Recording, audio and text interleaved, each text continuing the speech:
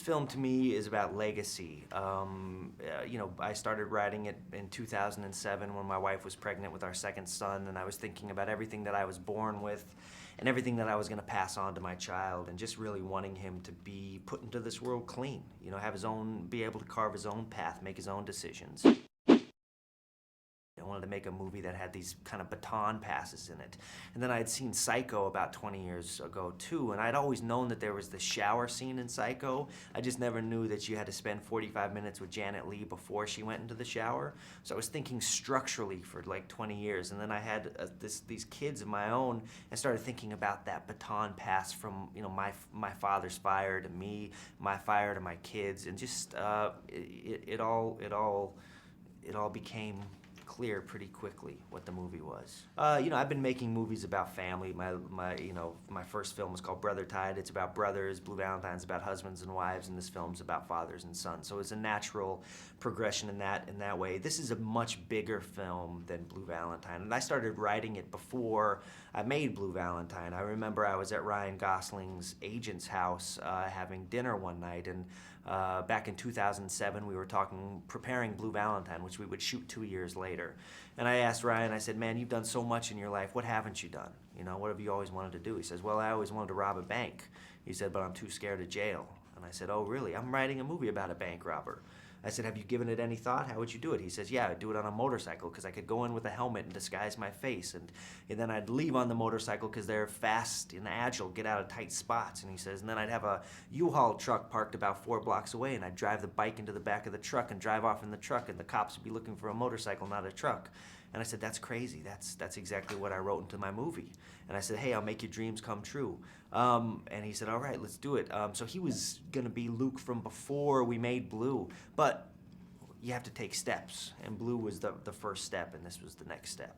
I like my actors to be put in vulnerable places on the screen. In Blue Valentine, most of those vulnerable places were in kind of emotional or sexual places.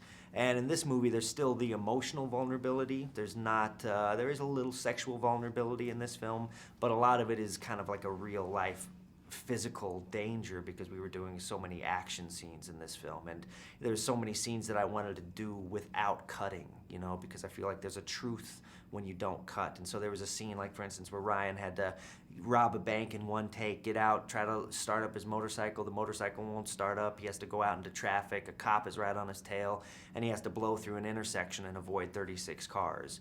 And so Ryan really had to do that. So it's a different kind of danger for him. It's like life and death danger. Wow. And I don't, I'm aware of film history. I know about Vic Morrow. And so we trained Ryan, because we didn't want him to get hurt. And I remember the first day that we trained him, I asked the stunt driver, Rick Miller, who's the same guy whenever Batman gets on a motorcycle, that's Rick Miller in the bat suit. And I asked Rick, I said, scale of 1 to 10 after Ryan's first. I said, scale of 1 to 10, where would you rank him? He said, he's about a 3. And I said, that's no good. And I said, after 8 weeks of training, where could you get him? He says, maybe a 3.5 or a 4. And I said, oh, that's not going to work. And he says, look, this is a lifetime to be good at something like this. He said, it's like being a basketball player. You have to play from you're 6 years old if you're going to be in the NBA.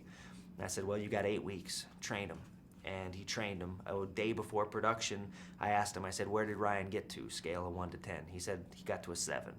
And so that, to me, speaks to kind of the magic of Ryan, and that's why I like working with him. He can do things that ordinary people like myself could never do. The best thing I've ever heard from this film is, there's been some very successful men who have come up to me after seeing this movie and have really related to especially Bradley Cooper's character in the film, who seems to be a very modern character to me. I remember this one father came up to me and said that after the movie, he had called up his ex-wife and said, hey, I know it's not my night tonight, but can I come get him?